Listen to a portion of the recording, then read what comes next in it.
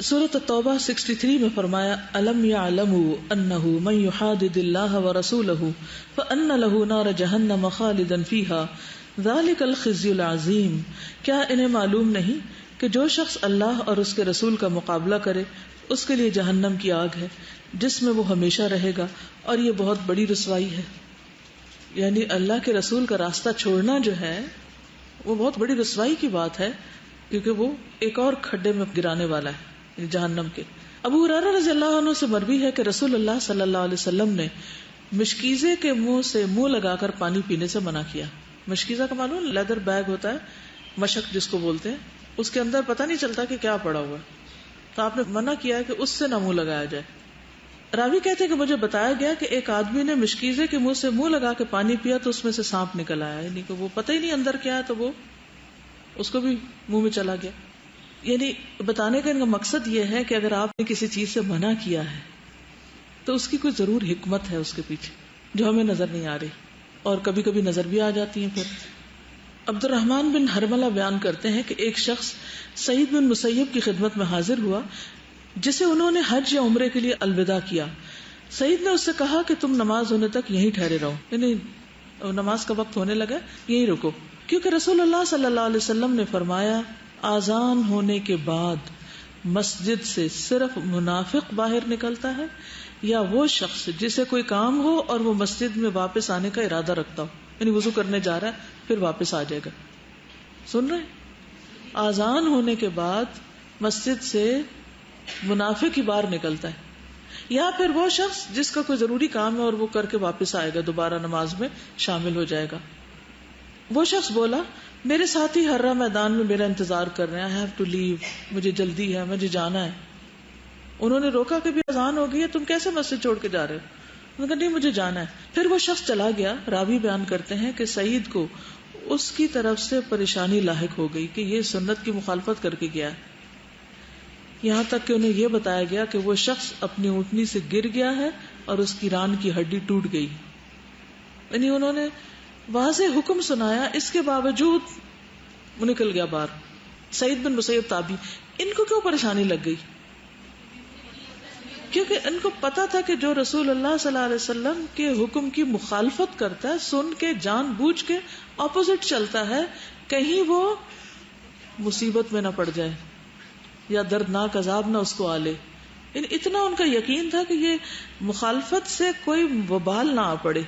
اچھا ہمیں اور چیزوں کو تو بڑا وہم ہوتا ہے، فلاں بزرگ کی توہین ہو گئی ہے تو پتہ نہیں کیا قیامت ٹوٹ پڑے گی، لیکن اللہ کے رسول صلی اللہ علیہ وسلم کی باتوں کی مخالفت کرتے ہوئے ڈرتے بھی نہیں ہیں ہم کہ ہم اتنی نافرمانیاں کر رہے ہیں کہیں ہماری پکڑ نہ ہو جائے، اور کہیں نہ کہیں ہو بھی رہی ہوتی ہے مگر ہمیں سمجھ نہیں آتی کہ یہ ہوئی کیوں، ریزن کیا ہے، ہماری کسی غلطی کا نتیجہ ہے یا اللہ تعالیٰ کی طرف سے کوئی امتحان ہے. ہم اس میں بھی پھر ڈفرینشیٹ نہیں کر پاتے.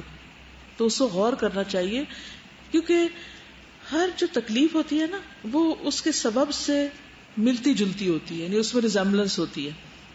تو اگر آپ واقعی اللہ تعالیٰ سے دعا کریں گے تو آپ کو وہ اصل نقطے تک پہنچ جائیں گے. آپ یحییٰ زکریا بن یحییٰ کہتے ہیں ہم بعض محدثین کے دروازوں پہ جانے کے لیے بصرہ کی گلیوں میں چل رہے تھے، یعنی علم کی تلاش پہ. ہمارے ساتھ ایسا آدمی بھی تھا جو اپنے دین کے بارے میں بہت مذاق اڑانے والا تھا. یعنی ہم تو طالب علم تھے لیکن ہمارے ساتھ ایک ایسا طالب علم تھا جو دین کا مذاق اڑاتا تھا. بعض اوقات ایسا ہوتا ہے نبی صلی اللہ علیہ وسلم کی مجلسوں میں منافق بیٹھتے تھے، آتے تھے جاتے تھے، تو بعد میں بھی ایسا تو نہیں ہوا کہ سارے لوگ جو دین کے رستے پہ آئے یا دین کی تعلیم حاصل کرنے کے لیے آئے وہ واقعی بڑے سنسیئر اور سنجیدہ تھے. تو کہتے وہ ہمارے ساتھ ایسے چلتا. میں تیز تیز چلنے لگا، کہنے لگا بھائی فرشتوں کے پروں سے پاؤں اوپر اوپر ہی اٹھا کر رکھو، ان کے پر نہ توڑ دینا. اس حدیث کا مذاق اڑایا جس میں آتا ہے نا کہ فرشتے پر بچھاتے ہیں، گویا وہ مذاق اڑا رہا تھا. وہ کہتے ہیں کہ میں وہیں رکا رہا یہاں تک کہ اس کے پاؤں سوکھ گئے اور وہ گر پڑا. نووی کہتے ہیں کہ حافظ عبد القادر نے کہا اس حکایت کی سند اتنی پکی ہے، یعنی یہ واقعہ جو ہے اتنی مضبوط سند کے ساتھ روایت ہوا ہے گویا کہ کسی چیز کو اپنے ہاتھوں سے پکڑا ہو یا آنکھ سے دیکھا ہو، کیونکہ اس روایت کے راوی بڑے بڑے مشہور علماء اور ائمہ کرام ہیں. یعنی وہ پورا گروپ آگے روایت کرتا ہوگا کہ اس کے ساتھی کے ساتھ کیا ہوا. قاضی ابو طیب کہتے ہیں کہ ہم جامع منصور میں ایک مجلس میں تھے، ایک خراسانی نوجوان آیا تو اس نے جانور کا دودھ روک کر دھوکہ دے کے بیچنے والے مسئلے میں پوچھا اور دلیل مانگی، یہاں تک کہ انہوں نے حضرت ابو ہریرہ کی حدیث سے دلیل پکڑی جو اس مسئلے میں وارد ہوئی ہے۔ وہ نوجوان کسی خاص فرقے سے تعلق رکھتا تھا۔ اس نے کہا ابو ہریرہ کی یہ حدیث مقبول نہیں۔ ابھی اس نے بات پوری نہ کی تھی کہ مسجد کی چھت سے ایک سانپ اس کے اوپر گر پڑا۔ لوگ فوراً اچھلے۔ نوجوان اس سانپ سے بھاگنے لگا، سانپ اس کا پیچھا کر رہا تھا۔ اسے کہا گیا کہ توبہ کرو توبہ کرو۔ اس نے کہا میں نے توبہ کی، تو سانپ چھپ گیا اور اس کا کوئی نشان بھی دکھائی نہ دیا۔ یہ سیر اعلام النبلاء میں روایت ہے اور البدایہ والنہایہ میں بھی۔ اور بھی واقعات ہیں، جیسے وہ امام سے پہلے سر اٹھانے والے کے بارے میں آتا ہے کہ اللہ اس کے سر کو گدھے کا سا نہ بنا دے، تو اس طرح ایک شخص نے اس کا بھی مذاق اڑایا تو اس کے ساتھ ایسا ہوا۔ تو بہرحال اگر کسی کے ساتھ ہو جاتا ہے تو وہ اس کو توبہ کا موقع مل جاتا ہے، پھر وہی نا کہ مشکل اس پہ آ گئی تو اس کے گناہ کو دھونے کا ذریعہ بن گئی۔ اور اگر نہیں ہوتا تو یہ پھر کیا استدراج ہے کہ اللہ نے اس کو ڈھیل دے دی ہے کہ ٹھیک ہے کر لو جو کرنا ہے، پھر ایک ہی دفعہ پکڑ ہوگی، کیونکہ مومن کو اللہ تعالیٰ دنیا میں ہی کسی امتحان میں ڈال دیتا ہے اور منافق کو ڈھیل دے دیتا ہے۔ چلیے اب کچھ باتیں سنت کی اہمیت اور بدعت کی مذمت کے بارے میں، کہ سنت کیا ہوتی ہے اور بدعت کیا ہوتی ہے، اور پھر بدعت کو کیوں چھوڑ دینا چاہیے۔ لغت میں سنت طریقے کو کہتے ہیں، سیرت و کردار کو کہتے ہیں، خواہ اچھا ہو یا برا۔ سننا سیئہ بھی ہوتی ہے اور سننا حسنہ بھی ہوتی ہے۔ تو اصطلاح میں سنت سے مراد وہ طریقہ ہے جس پر نبی صلی اللہ علیہ وسلم اور آپ کے صحابہ تھے۔ سنت کیا ہے؟ وہ طریقہ جس پر آپ اور آپ کے صحابہ تھے، علم، اعتقاد، قول اور عمل کے اعتبار سے، اور یہی وہ سنت ہے جس کی اتباع لازم ہے، اور اس پر عمل کرنے والے قابل تعریف ہیں، اور جو سنت کی مخالفت کرتا ہے اس کی مذمت کی جاتی ہے۔ ابن رجب کہتے ہیں سنت اس راستے کو کہتے ہیں جس پر لوگ چلتے ہوں، اور یہ اس طریقے کو مضبوطی کے ساتھ تھامنے کو بھی شامل ہے جس طریقے پر نبی صلی اللہ علیہ وسلم تھے اور آپ کے خلفائے راشدین تھے، اعتقادات میں یعنی عقیدے میں، اعمال میں، اقوال میں، اور یہی کامل سنت ہے۔ یعنی صرف ظاہری اعمال میں نہیں بلکہ عقیدے میں بھی ان کی پیروی، قول میں بھی اور عمل میں بھی۔ ابن تیمیہ کہتے ہیں کہ سنت اسے کہتے ہیں جس پر شرعی دلیل قائم ہو کہ فلاں کام اللہ اور رسول صلی اللہ علیہ وسلم کی اطاعت ہے، خواہ اس پر آپ نے خود عمل کیا ہو یا آپ کے زمانے میں عمل کیا گیا، یا آپ نے عمل نہ بھی کیا ہو اور آپ کے زمانے میں بھی عمل نہ کیا گیا ہو، لیکن آپ نے اس کا حکم چھوڑا۔ یعنی وہ طریقہ کہ جو آپ سے ثابت ہے، خواہ قولی طور پر ہو خواہ عملی طور پر ہو، اس وجہ سے کہ اس زمانے میں اس کا کوئی سبب یا تقاضا پیدا نہ ہوا ہو یا اس پر عمل کرنے سے رکاوٹ پائی گئی ہو۔ اس معنی کی بنا پر سنت سے مراد ہے نبی صلی اللہ علیہ وسلم کے آثار کی پیروی کرنا، یعنی آپ کے چھوڑے ہوئے آثار کی پیروی کرنا، باطنی اور ظاہری طور پر، اور ان لوگوں کے راستے کی پیروی جو مہاجرین اور انصار میں سے السابقون الاولون تھے۔ تو اگر آپ سنت کو سمجھ لیں گے تو پھر بدعت کو سمجھنا آسان ہو جائے گا۔ امام احمد کہتے ہیں ہمارے نزدیک سنت کے اصول یہ ہیں کہ جس طریقے پر رسول صلی اللہ علیہ وسلم کے اصحاب تھے اس کو مضبوطی سے تھاما جائے اور اس کی پیروی کی جائے، اور بدعتوں کو ترک کر دیا جائے، اور ہر بدعت گمراہی ہے۔ کیوں؟ اس لیے کہ عبداللہ بن مسعود کہتے ہیں کہ رسول اللہ صلی اللہ علیہ وسلم نے فرمایا جو چیز تمہیں جنت کے قریب کر سکتی ہے میں نے تمہیں اس کا حکم دے دیا ہے، اور جو چیز تمہیں جہنم کے قریب کر سکتی ہے اس سے منع کر دیا ہے، یعنی تمہیں واضح کر کے بتا دیا ہے کہ تمہارے لیے اچھا کیا اور برا کیا ہے۔ تو پھر ہمیں کیا کرنا چاہیے؟ ان چیزوں کو لے لینا چاہیے کن کو؟ جن کا آپ نے حکم دے دیا، اور ان کو چھوڑ دینا چاہیے جو آپ نے ہمیں نہیں بتائی۔ بلا وجہ کا بوجھ کیوں ڈالیں اپنے اوپر؟ نبی صلی اللہ علیہ وسلم نے فرمایا میرے سے قبل کوئی نبی ایسا نہیں گزرا جس کے ذمے اپنے علم کے مطابق اپنی امت کی بھلائی کی طرف رہنمائی لازم نہ ہو۔ یعنی ہر نبی پہ یہ لازم رہا ہے کہ اپنے ماننے والوں کی بھلائی سے متعلق ان کو تعلیم دے، اور برائی سے اپنے علم کے مطابق انہیں ڈرانا لازم نہ ہو۔ یعنی تمام انبیاء نے یہی کیا ہے کہ جو اپنی امت کے حق میں چیزیں بہتر تھی وہ بتائیں، اور جو نقصان دہ تھی ان سے روکا۔ سنت کی دو قسمیں ہوتی ہیں، سنت فعلی اور سنت متروکی۔ ایک متروکی، ترک کرنا، متروک۔ ایک وہ سنت جس میں کچھ کرنا ہوتا ہے، اور ایک وہ ہوتی ہے جس میں کچھ چھوڑنا ہوتا ہے۔ ما آتاکم الرسول فخذوہ وما نہاکم عنہ فانتہوا. اس اعتبار سے تقسیم کی گئی ہے. ٹھیک ہے, اب سمجھ آ گئی کہ کسی کو نہیں آئی؟ اوکے. کیا آپ دیکھتے نہیں ہیں کہ عیدین اور نماز جنازہ کے لیے اذان ترک کر دی گئی؟ نہیں ہوتی. جنازے کی اذان نہیں ہوتی, عید کی اذان نہیں ہوتی, لیکن جمعہ کی ہوتی ہے, باقی نمازوں کی ہوتی ہے.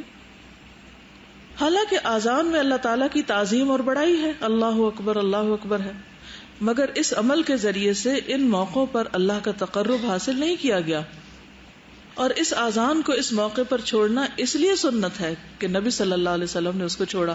اب اگر کوئی کہے کہ دیکھو عید خوشی کا دن ہے اور ہم اللہ کی بڑائی بیان کرتے ہیں اور تکبیرات پڑھنے کا ہمیں حکم دیا گیا ہے اور سب سے زیادہ تو تکبیرات اذان میں, چلو اذان دینا شروع کر دیتے ہیں, تو کیا ایسا کیا جا سکتا ہے؟ کیوں ایسا کر کے دکھایا نہیں گیا, بتایا نہیں گیا, اور جو کام آپ نے نہیں کیا ہم کیوں بعد میں شروع کر دیں نیکی سمجھ کر. اور یہ صحابہ نے سمجھ لیا تھا, اس لیے ان کی طرف سے کثرت سے بدعتوں کے بارے میں عمومی طور پر ڈرایا گیا. یعنی صحابہ اس چیز کو بہت چھوڑنے والے تھے. حتیٰ کہ حذیفہ بن یمان نے کہا کہ ہر وہ عبادت جس کو صحابہ نے بطور عبادت سر انجام نہیں دیا, تم بھی اسے عبادت سمجھ کر مت کرو. ٹھیک ہے, اس کو چھوڑ دو. ہر وہ کام جسے صحابہ نے عبادت سمجھ کے نہیں کیا, تم بھی اس کو عبادت سمجھ کے مت کرو. یہ بات یاد رہے گی کیونکہ یہ باتیں آپ کو بدعت سمجھنے میں مدد دیں گی. ابن مسعود کہتے ہیں تم قرآن و سنت کی پیروی کرو, نئے مسئلے ایجاد نہ کرو. پچھلے حکم کے ساتھ تم کو کفایت کر دیا گیا, یعنی تم پہ نئے احکام کا بوجھ نہیں ڈالا گیا. اگر یہ سلسلہ بند نہ کیا جاتا تو دین تو بہت ہی وزنی ہو جاتا. جتنا دین ہے اتنا بھی عمل کرنا مشکل ہو جاتا ہے. تو کہاں یہ کہ لوگوں کو حق دے دیا جاتا ہے, اچھا وہ اپنی مرضی سے عبادتیں گھڑتے رہیں, پھر حال کیا ہوتا؟ اگر لوگوں کے عمل کو عبادت سمجھ لیا جاتا تو پھر کیا ہوتا نتیجہ؟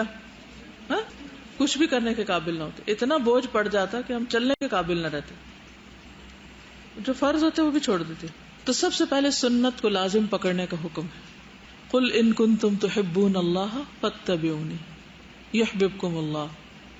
نبی صلی اللہ علیہ وسلم نے فرمایا جب میں تمہیں کسی چیز سے روکوں تو تم بھی اس سے پرہیز کرو, مت کرو وہ کام جو میں نے تمہیں روکا ہے. اور جب میں تمہیں کسی بات کا حکم دوں تو جس حد تک تم میں طاقت ہو اس پر عمل کرو, جتنا کر سکتے ہو کرو. سمجھ گئے؟ نہیں سمجھ آئی؟ کیا سمجھ آئی؟ کوئی بتائے گا؟ مجھے بھی تو یقین دہانی چاہیے کہ آپ کو بات اس گرمی کے باوجود سمجھ آ رہی ہے. جیسے سفر میں نماز قصر کرنے کی رخصت ہے تو انسان وہ نہ کرے. سنت سے منہ موڑنے والے سے آپ کی بیزاری. عثمان بن مظعون کا بیویوں سے علیحدگی کا اختیار کرنے کا معاملہ درپیش ہوا تو نبی صلی اللہ علیہ وسلم نے انہیں بلا کر پوچھا, اے عثمان, مجھے رہبانیت اختیار کرنے کا حکم نہیں دیا گیا, کیا تم میری سنت سے منہ موڑنا چاہتے ہو؟ عثمان بن مظعون نے ہر چیز سے قطع تعلق کی جیسے کر لی, ترک دنیا. انہوں نے عرض کی نہیں ہے اللہ کے رسول, آپ نے فرمایا میری سنت یہ ہے کہ میں نماز پڑھتا ہوں اور سو بھی جاتا ہوں, روزہ بھی رکھتا ہوں اور کھا پی بھی لیتا ہوں, نکاح بھی کرتا ہوں اور طلاق بھی دیتا ہوں, یعنی حضرت حفصہ کو جو دی. جو شخص میری سنت سے منہ موڑے گا, یعنی اگر کوئی کہے کہ طلاق دینا حرام ہے, کوئی دے ہی نہیں سکتا, دوسروں کو دیکھا دیکھی, تو پھر کیا ہوگا؟ یہ بدعت ہوگی, سنت سے منہ موڑنا ہوگا. تو جو میری سنت سے منہ موڑے گا اس کا مجھ سے کوئی تعلق نہیں. اے عثمان, تمہارے اہل خانہ کا تم پر حق ہے اور تمہاری جان کا بھی تم پر حق ہے. تو یہ نبی صلی اللہ علیہ وسلم کا طریقہ. اسی طرح جیسے اصول میں سنت کو پکڑنا لازم ہے, اسی طرح فروع میں بھی سنت کے اوپر عمل کرنا ضروری ہے. فروع کس کو کہتے ہیں؟ شاخیں, برانچز, یعنی چھوٹی چیزوں میں بھی. جیسے عقیدہ کیا ہے؟ اصول ہے. نبی صلی اللہ علیہ وسلم نے فرمایا جو شخص تم میں سے میرے بعد زندہ رہے گا تو عنقریب وہ بہت زیادہ اختلاف دیکھے گا, بس تم پر لازم ہے کہ تم میری سنت اور خلفائے راشدین میں جو ہدایت یافتہ ہیں ان کی سنت کو پکڑے رہو, اسے ڈاڑھوں سے مضبوط پکڑ کے رکھو اور دین میں نئے امور نکالنے سے بچتے رہو, کیونکہ ہر نئی چیز بدعت اور ہر بدعت گمراہی. اصل میں جو انوویشن ہوتی ہے یہ بہت اٹریکٹیو ہوتی ہے. لوگ کیا کہتے ہیں؟ کوئی نئی چیز ہو, کوئی نیا طریقہ ہو, کوئی نیا میتھڈ ہو, سم تھنگ نیو. بوریت کا مسئلہ ہے, ایک کام کر کے تھک گئے, کوئی نیا طریقہ ہو.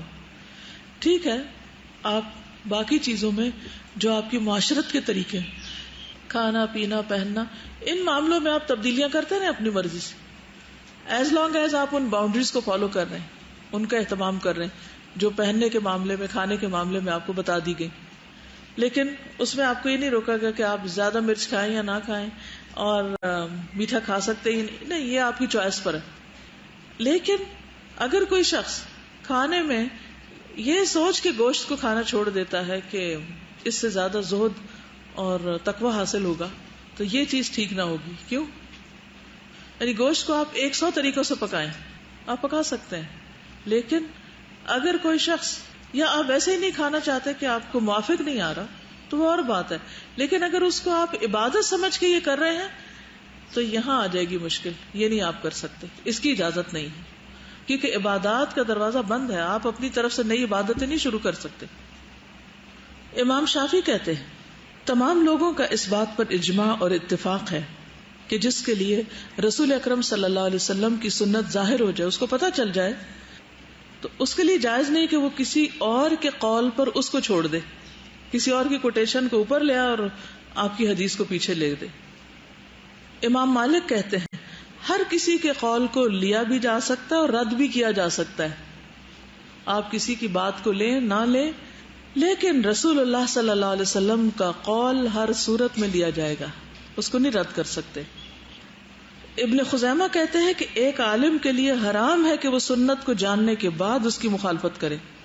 اچھی نیت کے ساتھ سنت کی موافقت کا ہونا ضروری ہے. ابن قیم کہتے ہیں جو شخص علماء کے اقوال کو نصوص پہ پیش کرے، یعنی قرآن کی آیت اور حدیث کے مقابلے میں پیش کرے، اور ان اقوال یعنی ان کے کوٹس اور ان کے سینگز جو ہیں ان کا نصوص کے ساتھ موازنہ کرے، کمپیریزن کرے، اور ان میں سے ان کے اقوال کی مخالفت کرے جو نص کے مخالف ہوں، نہ تو اس نے ان کے اقوال کو بے قدر کیا اور نہ ہی ان کا حق مارا. یعنی اگر کوئی کسی انسان کے قول کو ایک طرف کر دے اور پروفٹ کی بات کو لے لے تو اس کا یہ مطلب نہیں کہ اس نے علماء کی توہین کر دی، بلکہ اس نے ان کی پیروی کی، کیونکہ ان سب علماء نے یہی حکم دیا ہے، وہ خود بھی یہی کرتے تھے. تو حقیقی طور پر ان کا فالوور، ان کی پیروی کرنے والا وہی ہے کہ جو اس پر عمل کرے جس کی انہوں نے نصیحت کی، نہ کہ وہ جو ان کی مخالفت کرے. ٹھیک ہے. پھر دینی معاملات میں نبی صلی اللہ علیہ وسلم کی طرف رجوع. آپ نے فرمایا اگر تمہارا کوئی دنیاوی معاملہ ہو تو وہ تم مجھ سے بہتر جانتے ہو، کیا پکانا ہے کیا کھانا ہے، اور اگر دین کا معاملہ ہو تو اسے میرے پاس لے کر آیا کرو. سلمان فارسی کہتے ہیں کہ ان سے کہا گیا کہ تمہارے نبی تم کو ہر بات کی تعلیم دیتے ہیں، یہاں تک کہ رفع حاجت کے لیے بیٹھنے کا طریقہ بھی بتایا گیا. تو حضرت سلمان نے بہت کانفیڈنٹلی کہا کہ ہاں وہ ہمیں یہ بھی بتاتے ہیں اور ہمیں کوئی شرم نہیں اس میں. قیامت تک کے لیے ہماری دینی ضروریات پوری کر دی گئی ہیں، اب کسی اور کی ضرورت نہیں ہے ہمیں.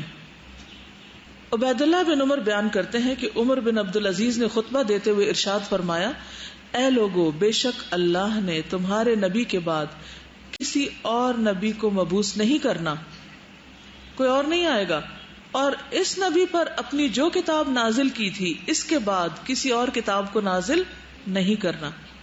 لہٰذا اپنے نبی کی زبان کے ذریعے اللہ تعالیٰ نے جن چیزوں کو حلال قرار دیا وہ قیامت تک حلال ہیں، اور اپنے نبی کی زبان سے جن چیزوں کو حرام قرار دیا وہ قیامت تک حرام ہیں. آپ یہ نہیں کہہ سکتے کیونکہ اس دور میں تو اتنی ریسرچز نہیں تھی اور پتہ نہیں تھا کہ یہ چیز کتنے فائدے کی ہے، لہٰذا آج تو پتہ چل گیا تو اس لیے ہم اس کو ریورس کر دیتے ہیں. نہیں، ہماری تحقیق میں غلطی ہو سکتی.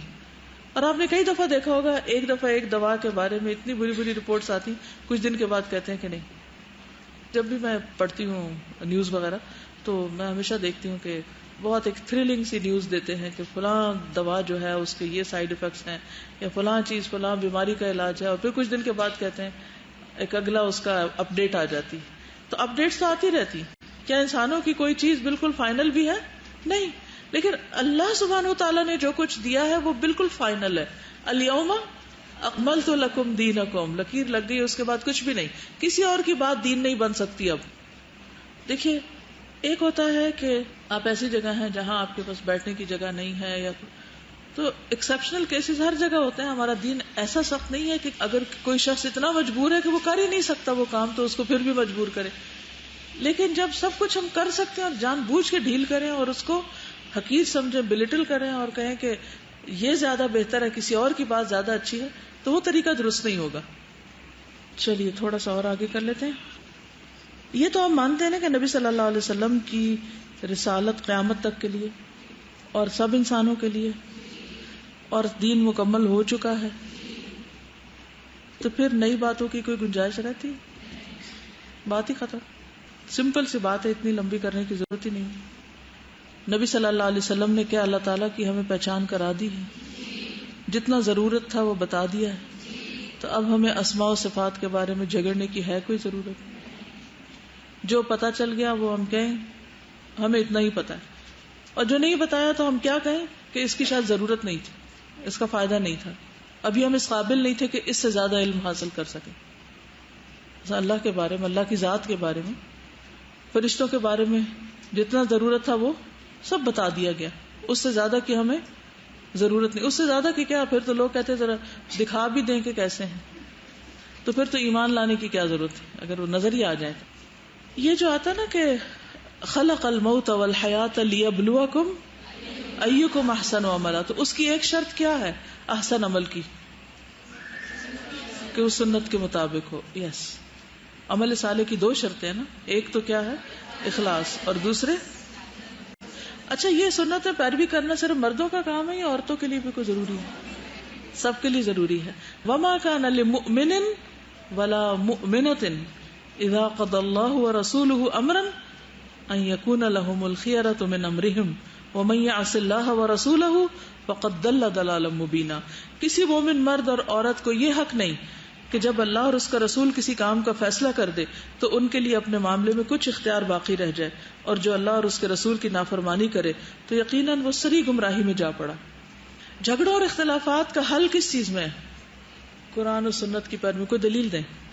یا ایھا الذین آمنوا اطیعوا اللہ واطیعوا الرسول واولی الامر منکم فان تنازعتم فی شیء فردوه الی اللہ والرسول ان کنتم تؤمنون باللہ والیوم الآخر. اگر تم اللہ اور آخرت پر ایمان رکھتے ہو تو کیا کرو؟ اللہ رسول اور اولی الامر کی بات مانو. جھگڑا ہو جائے تو اللہ رسول کے پاس جاؤ، پھر اولی الامر نہیں، اللہ رسول کے پاس جاؤ، جو وہ کہیں گے اس کو مانو. ٹھیک ہے. پھر آپ دیکھیے کہ آپ نے خود بھی فرمایا نا کہ تم میں سے جو شخص زندہ رہے گا بہت سے اختلافات دیکھے گا، تو اس کو کیا آپ نے حکم دیا کہ میری سنت اور خلفائے راشدین کی سنت کو لازم پکڑو. قرآن مجید میں آتا ہے کہ سنت پر عمل کرنے میں زندگی ہے. کسی کو آیت یاد ہے اس کی دلیل؟ سنت پر عمل کرنے میں زندگی ہے، یعنی یہ زندگی بخشنے والا کام ہے.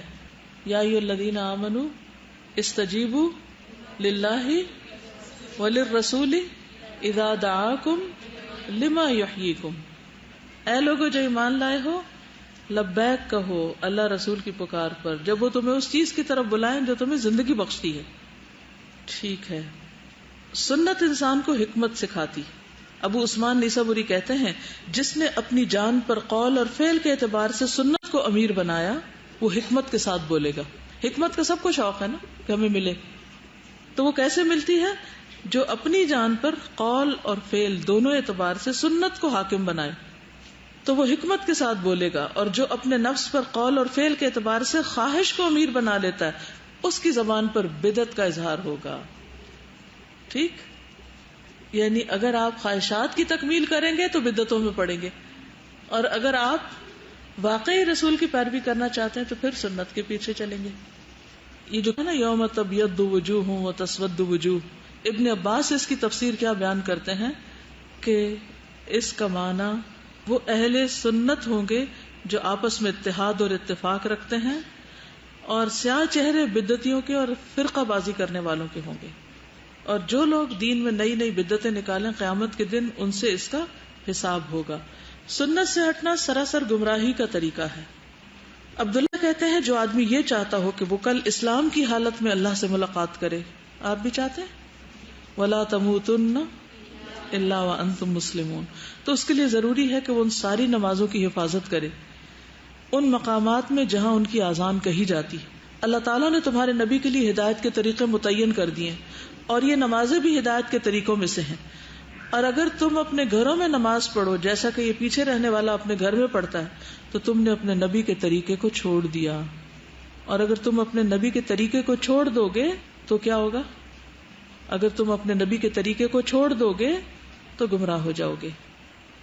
حدیث میں آتا ہے، السلسلہ صحیحہ کی حدیث ہے، من لم یعمل بسنتی فلیس منی، جو میری سنت پر عمل نہ کرے وہ مجھ سے نہیں، یعنی اس کو پھر مجھ پر کیا ایمان ہے.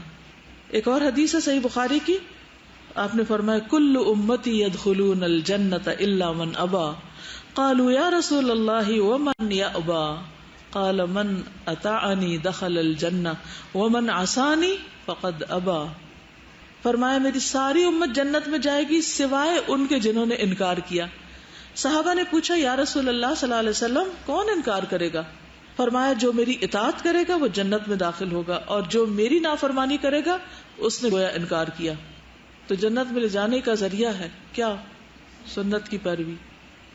عبداللہ کہتے ہیں مجھے یہ بات پتہ چلی کہ دین میں سب سے زیادہ سنت کو ترک کرنا آئے گا. ایک ایک سنت کر کے دین سے اس طرح رخصت ہوگی گویا جیسے کوئی رسی ایک ایک دھاگا کر کے ٹوٹتی جاتی. رسی کیا ہوتا ہے نا، رسی کبھی کھولی آپ نے؟ پھر کھولے تو کیا ہوتا ہے، اس کے مزید ریشے نظر آتے ہیں، پھر وہ ایک ریشہ نکل گیا، پھر دوسرا، پھر تیسرا، تو پھر دوبارہ آپ اس سے کیا رسی بنائیں گے. تو سنتیں بھی ایسے ہی آہستہ آہستہ آہستہ ایک ایک ریشہ چھوٹی چھوٹی غیر محسوس طریقے سے ٹوٹتی جائیں گی اور آخر میں کوئی چیز نہیں رہے گی جس کو آپ کو پکڑنا ہے. وَاعْتَصِمُوا بِحَبْلِ اللَّهِ جَمِيعًا. پھر وہ تین طرح کے لوگ، تین طرح کی زمین سے جو تشبیہ دی گئی. ایک وہ ہوتے ہیں جو نرم زمین کی طرح پانی جذب بھی کر لیتے ہیں اور خوب ہریالی اگاتے ہیں. دوسرے سخت ہوتے ہیں خود لیکن پانی روک لیتے ہیں. تیسرے وہ نہ پانی روکتے ہیں نہ کسی اور کے فائدے کے ہوتے ہیں. آپ نے کیا فرمایا؟ اور جس نے سر نہ اٹھایا، توجہ نہ کی، اس نے گویا قبول ہی نہیں کیا. پھر صحابہ کرام جو تھے وہ سنتوں کی پیروی بھی کرتے تھے اور آپ کے چھوٹی چھوٹی چیزوں کو بھی فالو کرتے تھے. حضرت ابن عمر کی خاص طور پر مثالیں آپ نے پڑھی ہوں گی حدیث کورس میں. کوئی بتائے گا مجھے؟ کوئی ایک چیز بتا دیجئے ان کی. بٹن کھول دیتے تھے، ایک حدیث بیان کرتے، اور خاص رستے سے گزرتے تھے، ادھر جا کے رکتے تھے، پھر چلتے تھے. جب بلال نکلے تھے خانہ کعبہ سے پوچھا کہاں نماز پڑھی تھی. یعنی ہر چیز میں پیروی کرتے. چلیے اب میں چاہ رہی تھی کہ بدعت کے اوپر آپ سے بات کر لی جائے. اچھا بدعت کا معنی کیا ہوتا ہے بائی دی وے؟ نئی چیز، ابتداء الشیء. ابتداء اور ابتداع دونوں ہی، to begin something new اور ٹو انوینٹ سم تھنگ. بغیر نمونے کے کوئی چیز بنانا، یعنی اس کی کوئی پہلے سے مثال نہیں، اگزامپل نہیں، خود سے ہی شروع کر دینا. جیسے بدیع السماوات والارض، اللہ بدیع السماوات والارض. اور بدیع اسم فاعل ہے، نئے سرے سے کوئی چیز گھڑنے والا. اور بدع کہتے ہیں پہلی چیز کو. کیا عیسائیوں نے کوئی بدعت ایجاد کی تھی؟ کسی ایک بدعت کا نام بتائیے. قرآن مجید میں آتا ہے نا یہ لفظ، اس حوالے سے بات کریں. عیسائیوں نے کون سی بدعت ایجاد کی تھی؟ رہبانیت. دلیل ہے کوئی؟ وَرَهْبَانِيَّةً ابْتَدَعُوهَا. اور رہبانیت کو انہوں نے خود ایجاد کر لیا تھا. رہبانیت کیا ہوتی ہے؟ ترک دنیا. ہمارے دین نے تو اس کی اجازت نہیں دی، نہ عیسیٰ علیہ السلام نے اس کا حکم دیا. تو عیسائیوں نے اپنے پیغمبر کا طریقہ چھوڑ کر دین میں خود سے ایک نیا راستہ نکالا، بے وجہ خود کو مشقتوں میں مبتلا کیا. جیسے کل بھی انہوں نے بات کی تھی نا کہ حضرت عمر کے پاس ایک راہب آیا تو اس کا عبادت کر کر کے برا حال تھا. حضرت عمر اس کو دیکھ کر رونے لگے. اس کا انجام کیا ہوگا؟ پھر اللہ کا شکر کہ جس نے ہمیں اپنا راستہ دکھایا، ورنہ ہم بھی اس کی عبادت ایسے طریقوں پہ کرتے جو اس کو پسند ہی نہیں، قبول ہی نہیں، تو کہاں ہوتے. تو کسی بھی چیز کو ایجاد کرنا بدعت کہلاتا ہے، اس طرح کہ پہلے سے اس کی کوئی بھی مثال نہ ہو، کوئی اس کا مادہ نہ ہو اور وہ سنت کے مخالف ہو، سنت کے اپوزٹ ہو. دین میں نیا طریقہ، خصوصاً عقائد اور عبادات میں. معاملات میں آپ اپنی مرضی سے معاملہ کر سکتے، اس میں وہ بدعت نہیں ہوتی. اللہ تعالیٰ فرماتے ہیں وَأَنَّ هَذَا صِرَاطِي مُسْتَقِيمًا فَاتَّبِعُوهُ وَلَا تَتَّبِعُوا السُّبُلَ فَتَفَرَّقَ بِكُمْ عَنْ سَبِيلِهِ. انشاءاللہ اس پر کل تھوڑی سی اور بات کریں گے. سبحانک اللہم وبحمدک نشہد ان لا الہ الا انت نستغفرک ونتوب الیک. السلام علیکم ورحمۃ اللہ وبرکاتہ.